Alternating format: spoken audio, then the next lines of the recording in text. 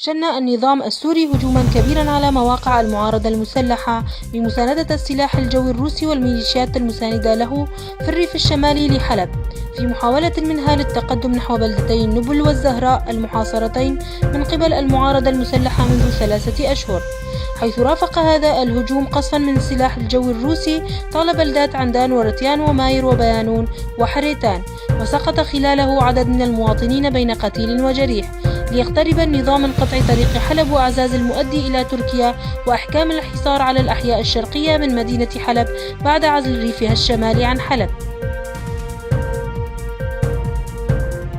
ومن جهتها نفت المعارضة المسلحة تقدم النظام في الريف الشمالي خلال اتصال هاتفي مع القيادي أبو همام.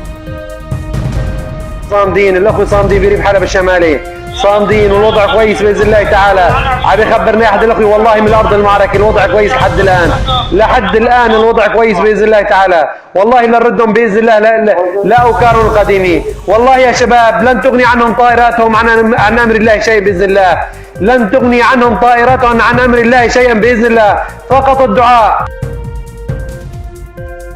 أكدت المصادر أيضا مقتل نحو 80 عنصرا من النظام وأسر 22 آخرون في بلدة تلجين. وتقول المصادر أيضا أن النظام لا يرحم البشر ولا الحجر لفك الحصار عن بلدتي نبل والزهراء، حيث وصل آلاف من النازحين هربا من جراء الاشتباكات العنيفة إلى مدينة عفرين وريفها، وتم وضعهم في المدارس والجوامع والمخيمات، وقد تم تقديم المساعدات من قبل الأهالي وتأمين المستلزمات الضرورية لهم.